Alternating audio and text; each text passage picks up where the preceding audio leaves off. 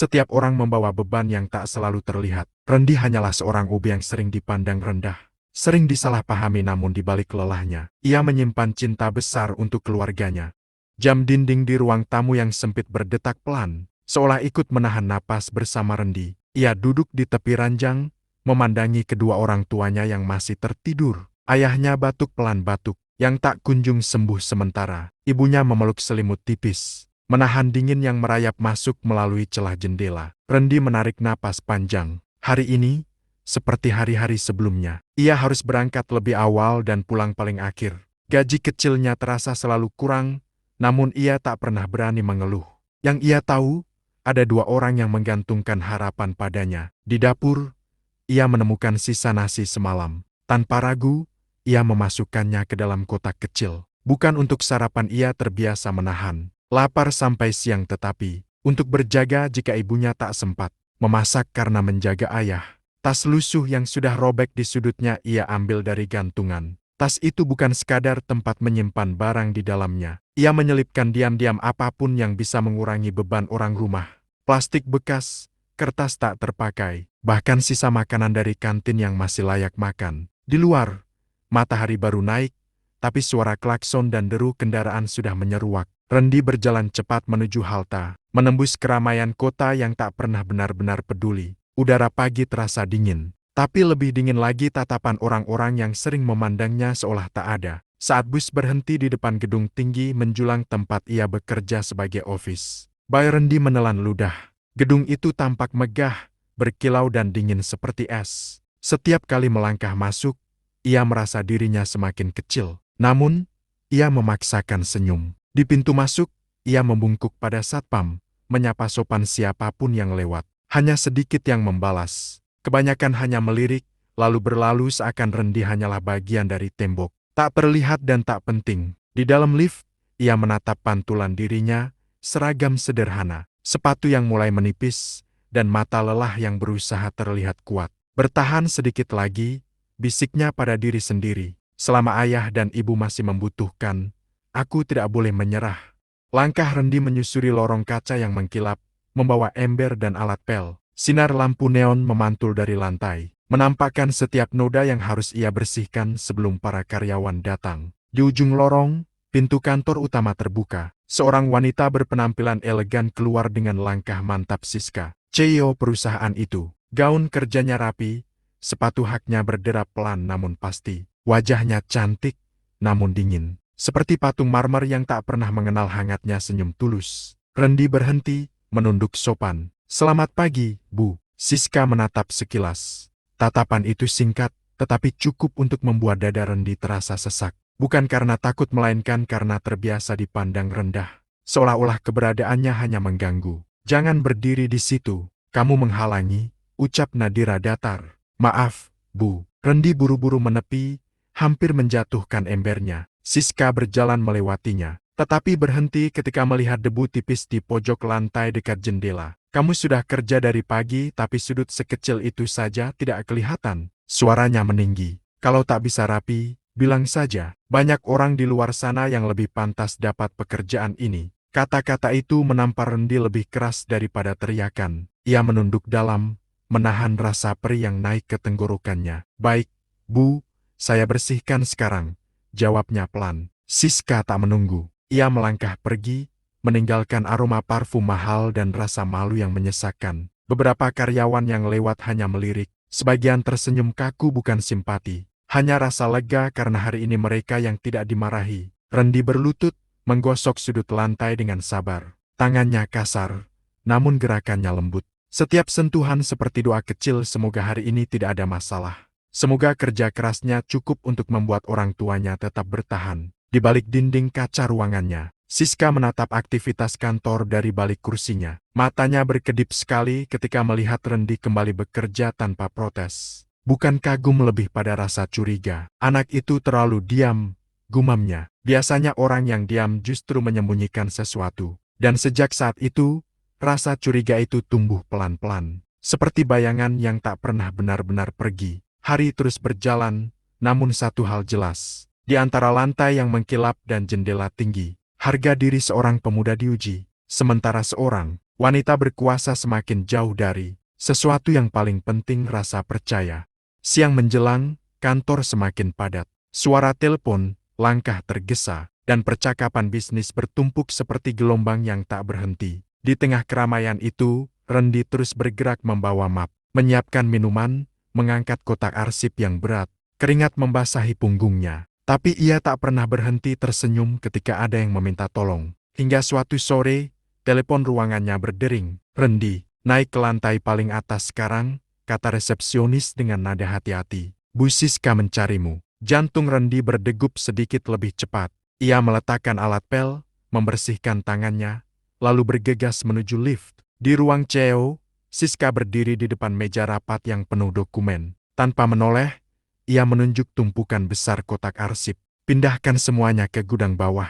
Sekarang," ucapnya singkat. Randy memandang kotak-kotak itu berat, besar, dan jumlahnya puluhan. "Baik, Bu, tapi boleh saya minta bantuan satu orang lagi? Ini banyak sekali," takutnya. Siska menatapnya tajam. "Kalau setiap pekerjaan harus minta bantuan, untuk apa perusahaan membayar kamu?" Kata-kata itu menusuk. Randy menelan rasa sakitnya dan mengangguk. "Siap, Bu." Ia mengangkat kotak pertama. Beratnya hampir membuat lututnya goyah. Namun ia tetap berjalan perlahan ke lift, bolak-balik tanpa henti. Jam bergeser pelan, punggungnya mulai nyeri, telapak tangannya perih karena kardus bergesekan. Beberapa karyawan melihatnya kelelahan, tetapi hanya lewat takut terlibat, atau mungkin terbiasa melihatnya bekerja sendirian. Ketika ia kembali mengambil kotak terakhir, Siska mendekat. "Jangan sampai ada yang sobek atau hilang. Semua itu rahasia perusahaan. Kalau ada yang rusak, kamu yang tanggung jawab." Randy mengangguk lagi, meski napasnya terputus-putus. Di tengah perjalanan ke gudang, langkahnya sempat goyah. Kotak hampir terjatuh, tapi ia menahan sekuat tenaga. Dalam hati, ia hanya punya satu doa. "Tolong, jangan sampai aku dipecat. Ayah dan ibu butuhku." Sesampainya di gudang, peluhnya jatuh deras. Ia duduk sejenak, mencoba menenangkan pusing di kepalanya. Namun suara telepon internal berbunyi lagi. Dari ujung sana terdengar suara Siska dingin, tak berperasaan. "Setelah itu, bersihkan ruang rapat. Ada pertemuan malam ini. Jangan pulang sebelum semuanya selesai." Randy memandang jam di dinding. Sudah hampir malam. Ia menarik napas panjang, berdiri kembali, dan melanjutkan pekerjaannya, tanpa tahu bahwa setiap perintah yang ia terima sedang menggiringnya pada sebuah kejadian yang kelak mengubah nasib mereka berdua. Malam turun perlahan di balik jendela kaca gedung tinggi itu. Lampu kota berkelip, seolah mengingatkan bahwa sebagian orang sudah pulang sementara Randy masih membungkuk, membersihkan meja-meja rapat yang baru saja selesai dipakai. Gelas bekas kopi, kertas catatan yang ditinggalkan, dan sisa roti di piring kecil semuanya ia tata dengan teliti. Sesekali ia melirik jam tangan lusuh di pergelangan tangannya. Sudah lewat pukul 9. Di sudut ruangan, tas lusuhnya tergantung diam. Banyak orang melihat tas itu setiap hari, namun tak ada yang peduli. Bagi mereka, itu hanya tas murahan yang tak layak dibicarakan. Namun bagi Randy, tas itu adalah jembatan pulang. Ketika semua orang akhirnya meninggalkan kantor, ia berjalan pelan ke kantin yang sudah mulai gelap. Seorang petugas kantin yang lebih tua menatapnya dengan iba. "Masih belum pulang, Ren?" Randy tersenyum kecil. "Sebentar lagi, Pak, saya mau minta sisa yang tidak terpakai, kalau ada." Petugas itu mengangguk tanpa banyak tanya. Ia sudah tahu hampir setiap malam. Randy pulang dengan beberapa bungkusan sederhana,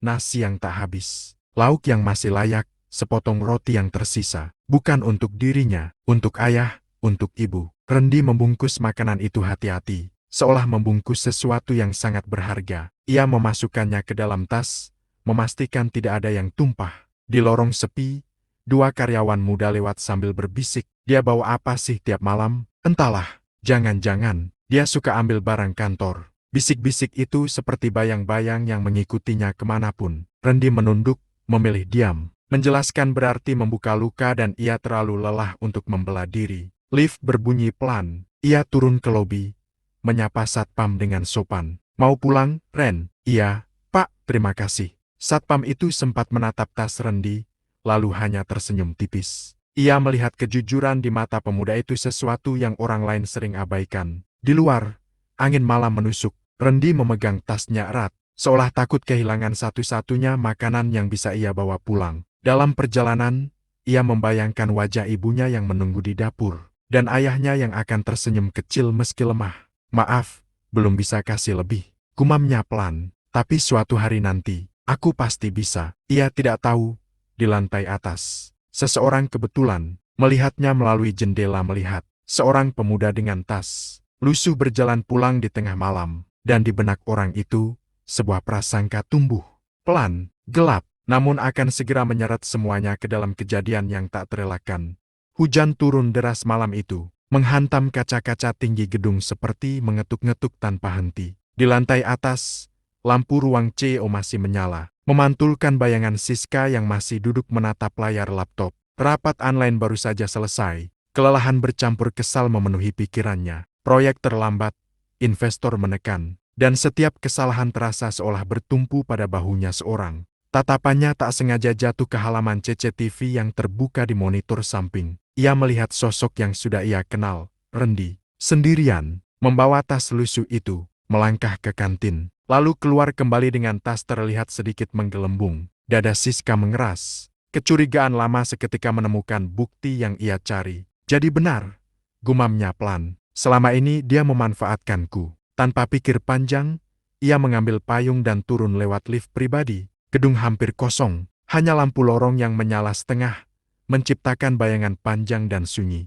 Di lobi, Rendi baru saja menuju pintu keluar. Baju seragamnya masih basah oleh keringat yang belum sempat kering. "Rendi," suara itu menggema. Dalam sekejap, seluruh ruang terasa membeku. Rendi berbalik. "Ya, Bu." Siska mendekat, tatapannya tajam, suaranya dingin dan tegas. Berhenti di situ. Ia berdiri di hadapan Rendi, menilai tas lusuh yang digenggam erat. "Setiap malam kamu selalu membawa tas itu pulang," lanjutnya. "Dan kebetulan beberapa stok kantor akhir-akhir ini sering berkurang." Rendi mengerutkan dahi, bingung. "Saya tidak mengerti, Bu." Siska menyilangkan tangan. "Coba saya lihat isi tas kamu. Kalau kamu tidak salah, kamu tidak perlu takut, bukan?" Ucapan itu terdengar seolah adil. Namun di baliknya ada penghukuman yang sudah diputuskan. Rendi menggenggam tali tasnya semakin kuat. Ada keheningan singkat bukan karena menyembunyikan dosa, melainkan karena rasa malu yang menyayat. "Bu, saya tidak mencuri." Suaranya bergetar. "Di dalam tas ini cuma..." "Buka," potong Siska pendek. "Aku tidak suka pembelaan tanpa bukti." Dengan tangan gemetar, Rendi menyerahkan tasnya. Siska membuka cepat, siap menemukan barang-barang yang menguatkan prasangkanya. Namun yang ia temukan justru bungkusan nasi sederhana, sebungkus lauk yang dibungkus plastik bening, 2 potong roti yang agak mengeras, dan selembar catatan kecil untuk ayah makan pelan-pelan. Siska terdiam, wajahnya berubah dari dingin menjadi bingung, lalu perlahan memucat. Hujan di luar seakan ikut berhenti sesaat. Rendi menunduk, suaranya pelan dan patah-patah. "Itu makanan sisa kantin, Bu, yang mau dibuang. Saya minta izin sama petugas. Saya bawa pulang untuk ayah yang sakit. Ibu sering bilang tidak lapar, padahal sebenarnya menahan." Setiap kata jatuh seperti batu di dada Siska. Bayang-bayang prasangkanya runtuh. Kata mencuri yang tadi diucapkannya begitu mudah, kini terdengar begitu kejam di telinganya sendiri. Rendi melanjutkan, menahan air mata. "Saya tahu mungkin kelihatan memalukan, tapi kalau masih layak makan, saya pikir lebih baik dibawa pulang daripada terbuang." Hening. Yang terdengar hanya suara hujan dan napas Siska yang perlahan goyah. Untuk pertama kalinya, ia melihat bukan sekadar OB, tapi seorang anak yang sedang berjuang, menyelamatkan keluarganya, dengan cara paling sederhana, dan paling menyakitkan. Di balik tatapannya yang selama ini keras, ada sesuatu yang retak, namun luka yang telah terlanjur dibuat, belum sepenuhnya terobati. Siska masih memegang tas itu, tapi kini tangannya gemetar. Bungkusan makanan di dalamnya tampak begitu sederhana, namun seolah memantulkan semua kesalahannya sendiri. "Ayahmu sakit apa?" Suara Siska terdengar berbeda, tidak lagi dingin, melainkan pelan, seolah takut menyentuh sesuatu yang rapuh. Rendi menelan ludah. Ia ragu menjawab bukan karena tak percaya, tetapi karena selama ini tak ada yang pernah benar-benar ingin tahu. "Paru-paru, Bu, sudah lama." Ia mengusap ujung matanya dengan cepat.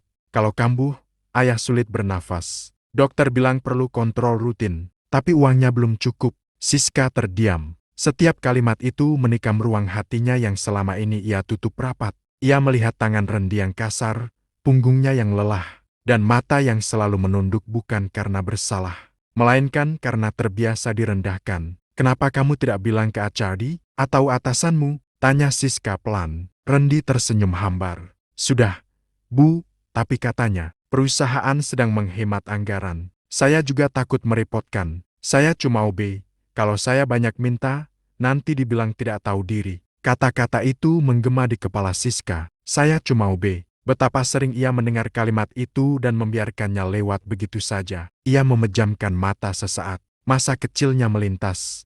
Ibunya yang dulu pernah mengumpulkan sisa sayur dari tetangga. Ayahnya bekerja sampai larut demi membayar sekolahnya. Ia pernah berada di posisi itu namun entah sejak kapan. Kesuksesan menutup ingatannya tentang rasa lapar dan ketakutan. "Kenapa kamu menahan semua ini sendirian?" Suaranya bergetar. Rendi menunduk lebih dalam. "Karena kalau saya mengeluh, tidak ada yang akan berubah. Tugas saya cuma bekerja sebaik mungkin, Bu. Selama ayah dan ibu masih hidup, itu sudah cukup buat saya." Ada jeda panjang, lama sekali. Hujan di luar kembali turun, seolah menyesali kata-kata kasar yang pernah terucap di lobi itu. Siska menatap Rendi bukan sebagai bawahan, bukan sebagai orang kecil, tetapi sebagai seorang anak yang memikul dunia di bahunya. "Rendi," ujarnya akhirnya, "maafkan saya." Kata itu keluar pelan, namun berat, tidak megah, tidak dramatis namun jujur. Rendi terangkat sedikit, terkejut. Ia tidak terbiasa mendengar permintaan maaf,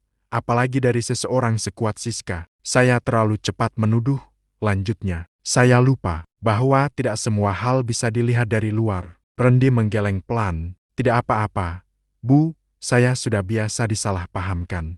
Jawaban itu justru membuat hati Siska semakin perih. Ia menutup tas itu perlahan, kemudian menyerahkannya kembali kepada Rendi. Dalam tatapan mereka, ada sesuatu yang berubah. Sebuah jembatan kecil, masih rapuh, namun mulai terbentuk. Namun bagi Siska, rasa bersalah belum cukup. Ada janji yang mulai tumbuh dalam diam. Ia tidak akan membiarkan kesalahan ini berlalu begitu saja. Malam itu, ketika Rendi akhirnya melangkah pergi, Siska tetap berdiri di lobi memandangi punggung seorang pemuda yang mengajarinya pelajaran paling sederhana, bahwa kadang kejujuran datang dalam bentuk yang paling sunyi, dan hanya hati yang mau merendah yang bisa melihatnya. Keesokan harinya, hujan telah reda, namun di dalam hati Siska, badai itu baru saja mulai. Ia duduk di ruangannya, menatap agenda rapat tanpa benar-benar membacanya. Setiap baris huruf terasa seperti bayangan dari kejadian semalam. Tas lusuh, roti mengeras, catatan kecil bertuliskan untuk ayah. Pintu diketuk pelan. "Silakan," ucapnya, berusaha terdengar tenang. Rendi masuk dengan sopan, membawa minuman seperti biasanya. Senyumnya tipis, seolah tak ada apa-apa yang terjadi malam sebelumnya. "Minumnya saya taruh di sini, Bu." Siska memperhatikannya sesaat. Ada rasa sesak yang sulit dijelaskan. "Kamu ada waktu sebentar?" Nada suaranya lembut berbeda jauh dari biasanya. Rendi berhenti. "Boleh, Bu." Mereka duduk berhadapan di meja kecil dekat jendela. Kali ini, Siska tidak berbicara sebagai CEO, ia berbicara sebagai seseorang yang ingin belajar memahami. "Ceritakan tentang orang tuamu," katanya pelan. Rendi tampak ragu, namun kemudian perlahan mulai membuka diri. "Ibu saya dulu bekerja di warung kecil," ujarnya. "Sejak ayah sakit, warung itu tutup. Dia lebih banyak di rumah sekarang." Siska mendengarkan dengan saksama tanpa memotong, tanpa menghakimi. "Terkadang, kalau uang tinggal sedikit, ibu bilang sudah makan, padahal belum. Makanya kalau ada sisa makanan kantor, saya bawa pulang. Setidaknya, ada yang bisa dimakan malam itu." Kalimat sederhana itu membuat dada Siska terasa sesak. Selama ini, ia sering memarahi karyawan karena rapat molor. Laporan terlambat, target tidak tercapai. Tapi ia tak pernah benar-benar bertanya apa yang terjadi di balik semua itu. "Kenapa kamu tidak ambil jatah makanmu sendiri?" tanyanya pelan. Rendi tersenyum kecil. "Biasanya saya simpan. Kalau ayah tidak sanggup makan nasi keras, saya lembutkan dulu. Kalau roti sudah agak basi, saya panggang sebentar. Yang penting, masih ada rasa kenyang." Siska menunduk. Kedua tangannya bertaut, seolah berdoa. Dalam diam, kehidupannya yang mewah terasa tiba-tiba begitu asing. Makanannya selalu tersaji hangat, berlimpah. Ia tak pernah memikirkan kata sisa sebagai penyelamat hidup. Rendi, katanya akhirnya, tidak ada orang yang pantas diperlakukan seperti yang kemarin saya lakukan. Rendi menggeleng pelan. Saya mengerti, Bu, Ibu hanya ingin menjaga perusahaan. Kalau saya di posisi Ibu, mungkin saya akan berpikir sama. Jawaban itu justru membuatnya semakin perih.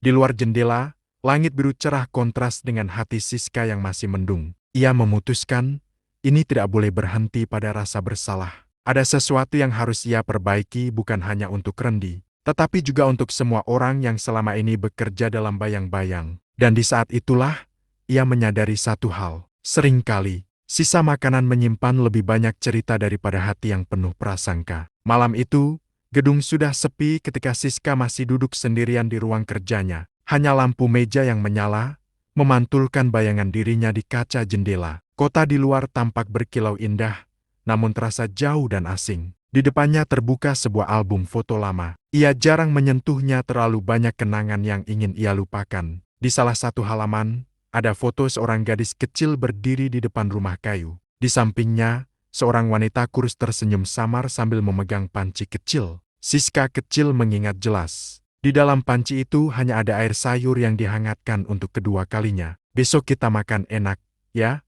Kata ibunya waktu itu. Padahal tidak ada apa-apa untuk besok. Ayahnya pulang larut, kelelahan, dan tetap memaksakan diri tersenyum sama seperti yang kini Rendi lakukan untuk keluarganya. Siska menutup album pelan, dadanya sesak. Di puncak kesuksesannya, ia berjanji tak akan pernah merasakan lapar itu lagi. Namun tanpa ia sadari, ia juga membangun tembok-tembok yang membuatnya lupa rasanya menjadi orang kecil. Prasangkanya kepada Rendi, bukan hanya karena curiga, itu adalah bayangan dari ketakutannya sendiri. Takut kembali menjadi tak berdaya, takut kehilangan kendali, takut melihat kelemahan. Selama ini, aku yang salah, bisiknya. Ia menarik napas panjang dan menekan tombol intercom. Besok pagi, panggil HRD dan kepala departemen. Kita adakan pertemuan. Suara sekretarisnya terdengar kaget. Besok, Bu, ada agenda investor. Batalkan. Ini lebih penting. Untuk pertama kalinya dalam waktu lama. Keputusannya bukan soal angka, bukan soal laporan melainkan soal manusia. Esoknya, ruang rapat penuh.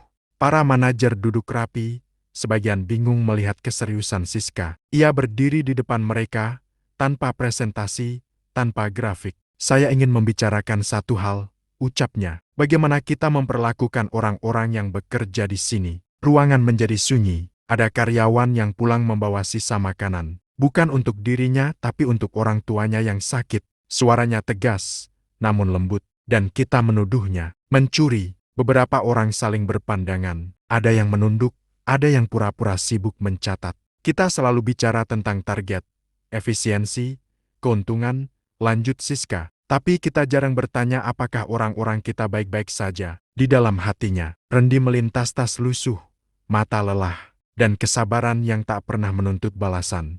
Mulai hari itu, Siska memutuskan, perusahaan akan menyediakan program bantuan kesehatan bagi keluarga karyawan. Tidak ada lagi jam lembur paksa tanpa alasan jelas. Dan yang terpenting, setiap orang dari direktur hingga OB harus diperlakukan dengan hormat. Keputusan itu tidak populer bagi sebagian orang. Namun kali ini, Siska tidak goyah.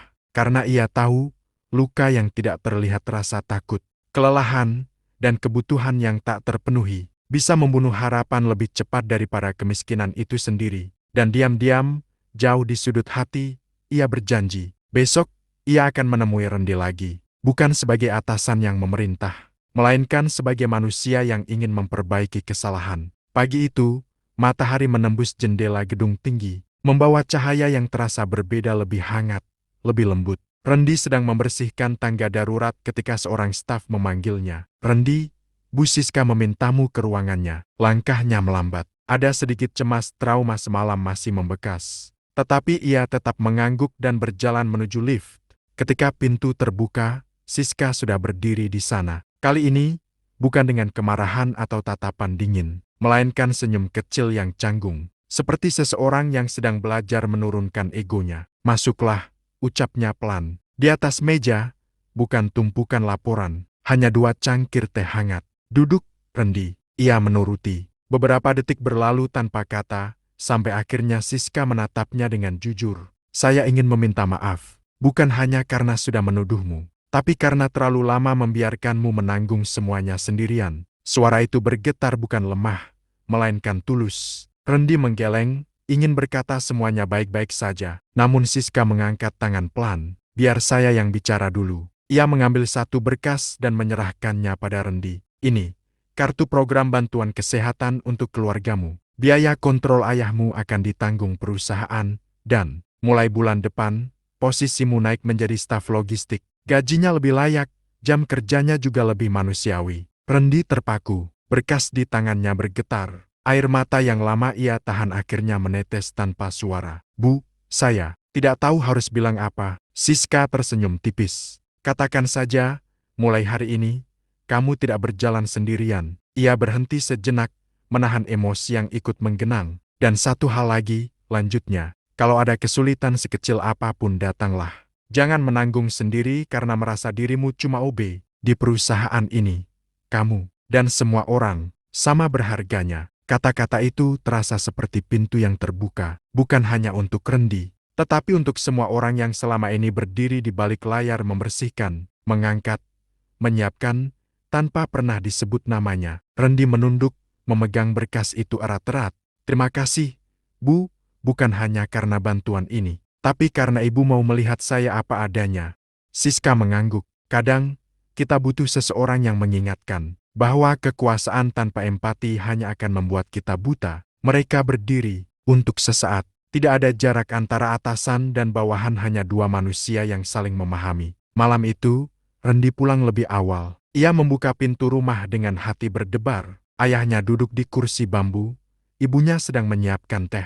Ayah, Ibu, ucapnya pelan, lalu menunjukkan berkas yang ia bawa. Ibu menutup mulutnya, menahan tangis. Ayahnya mengangguk pelan, mata berkaca-kaca. Alhamdulillah, bisiknya. Terima kasih, Nak. Terima kasih juga untuk orang baik yang membantu. Dan di suatu tempat di tengah kota, Siska berdiri di balkon kantornya, menatap langit sore yang mulai jingga. Untuk pertama kalinya dalam waktu lama, hatinya terasa ringan. Bukan karena ia berhasil menyelamatkan perusahaan, melainkan karena ia belajar menyelamatkan manusia di dalamnya. Cerita mereka tidak berakhir di sini. Namun di hari itu, sebuah pelajaran terpatri kuat. Kesombongan dapat menjatuhkan, prasangka dapat melukai, tapi maaf dan kepedulian selalu mampu memperbaiki. Dan tas lusuh yang dulu dianggap mencurigakan, kini menjadi pengingat bahwa terkadang, hal paling sederhana, menyimpan kisah paling berharga.